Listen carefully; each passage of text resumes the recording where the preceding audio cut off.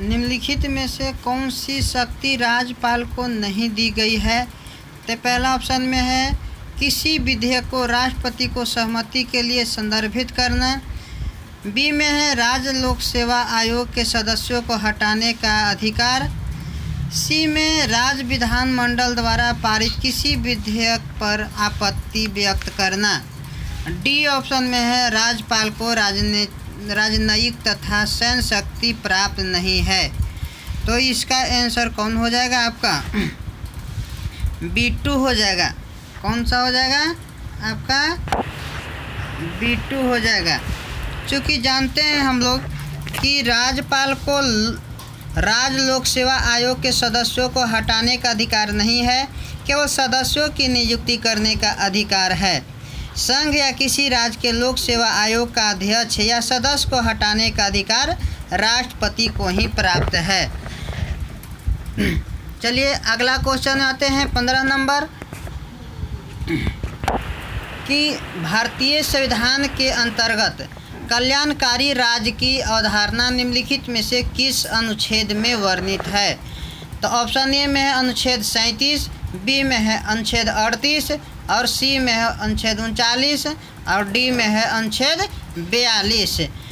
तो इसमें हम लोग जानते हैं कि राज्य के नीति निर्देशक तत्व में राज्य लोक कल्याण को अभिवृद्धि के लिए सामाजिक व्यवस्था का प्रावधान अनुच्छेद 38 में किया गया है। अनुच्छेद 37 में क्या कहा गया है कि निर्देशक तत्वों की प्रकृति गैर न्यायोचित है, यानी कि उन्हें हनन पर उन्हें न्यायालय द्वारा लागू नहीं कराया जा सकता है।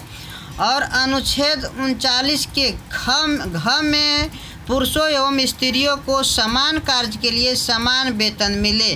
तो इसका आंसर कौन हो जाएगा? अनुच्छेद बी हो जाएगा, यानी कि 38। चलिए आते हैं अगला प्रश्न पर 16 नंबर। संसदों की योग्यता संबंधी विवादों का निर्णय करता है कौन?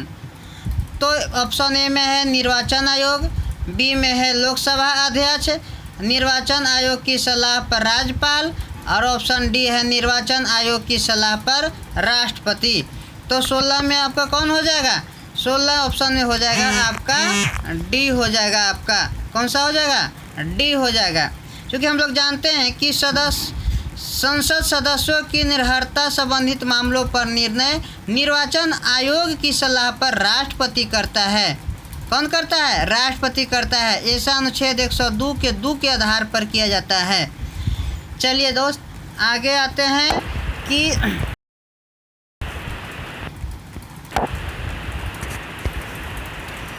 Question number 17।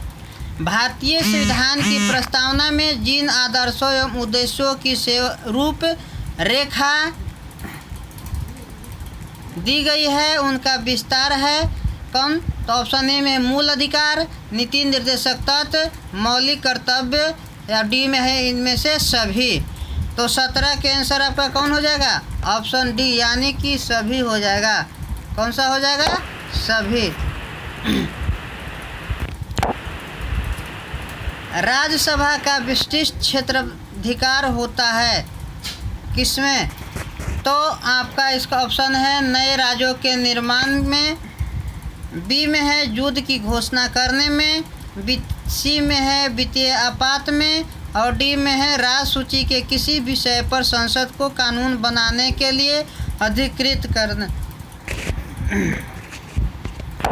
तो इसका आंसर 18 के कौन सा हो जाएगा? डी हो जाएगा। कौन हो जाएगा? डी हो जाएगा। चलिए आगे हम लोग चलते हैं।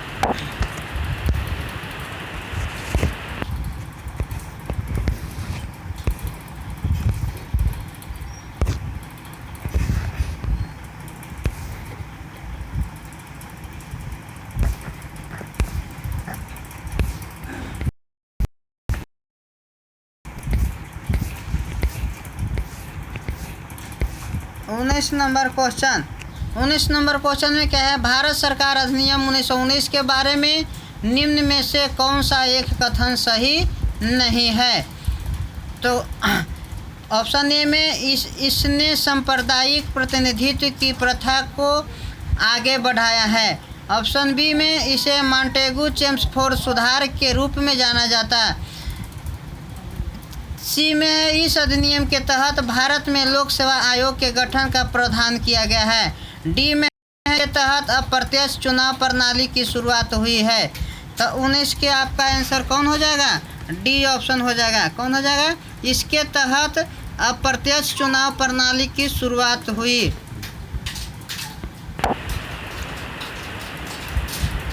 चलिए आगे देखते हैं क्वेश्चन। संविधान में संशोधन हेतु कितने विधियों प्रणालियों को अपनाया गया? तो 20 में देखिए, पहला में है 1, बी में है 2 और सी में है 3 और डी में है 4। तो इसमें आपका हो जाएगा, कितना हो जाएगा? 3 हो जाएगा, यानी कि ऑप्शन हो जाएगा सी। चलिए आते हैं 21 नंबर क्वेश्चन।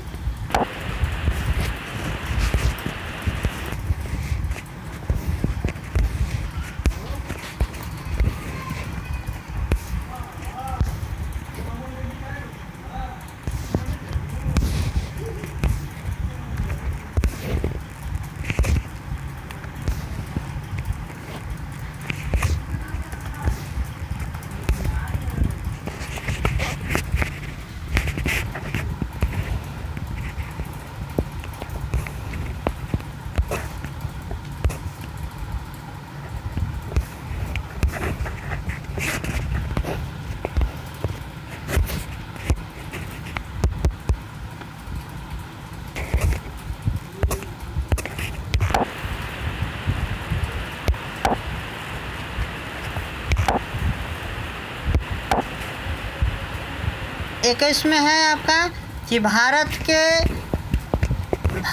के राष्ट्रपति का कार्यकाल के अनुसार सही क्रम कौन सा होगा?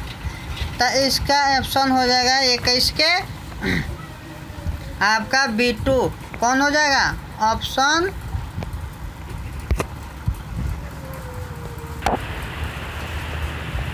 B2 हो जाएगा। उच्चतम न्यायालय का न्यायाधीश बनने के लिए न्यूनतम आयु सीमा कितनी होनी चाहिए? तो इसमें कितनी होनी चाहिए?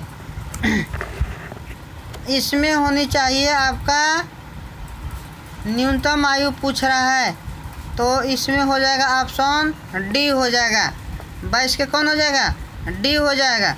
क्योंकि भारत का नागरिक होना चाहिए, 65 वर्ष से अधिक आयु का नहीं हो, किसी उच्च न्यायालय में 5 वर्ष तक न्यायाधीश या 10 वर्ष तक वकालत किया हो, राष्ट्रपति को दृष्टि में पारंगत विधिवेता हो।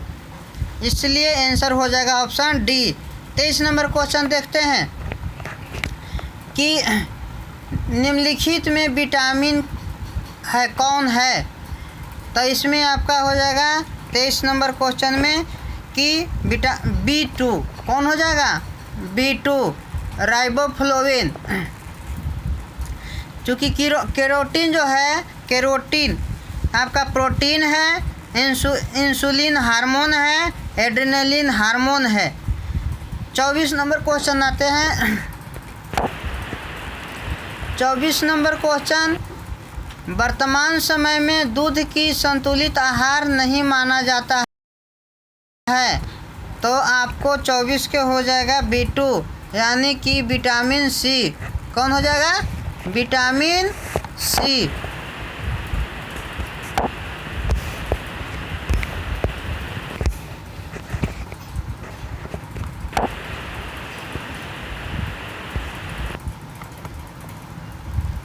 निम्नलिखित में से किसका संश्लेषण का यकृत द्वारा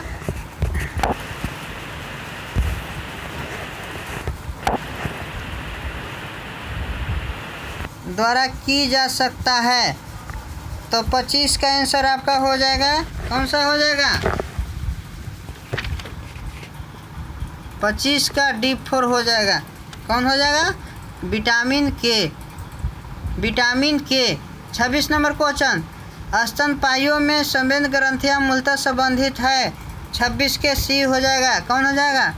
26 के सी, ताप नियमन से।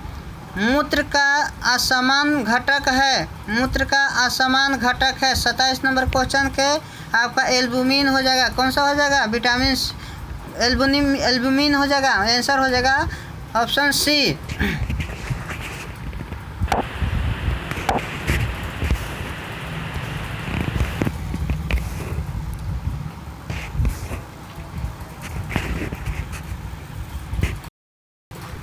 तो इसी के साथ समाप्त हुआ क्वेश्चन। फिर हम आगे लेकर के आएंगे 28 नंबर क्वेश्चन। तो 29 नंबर क्वेश्चन से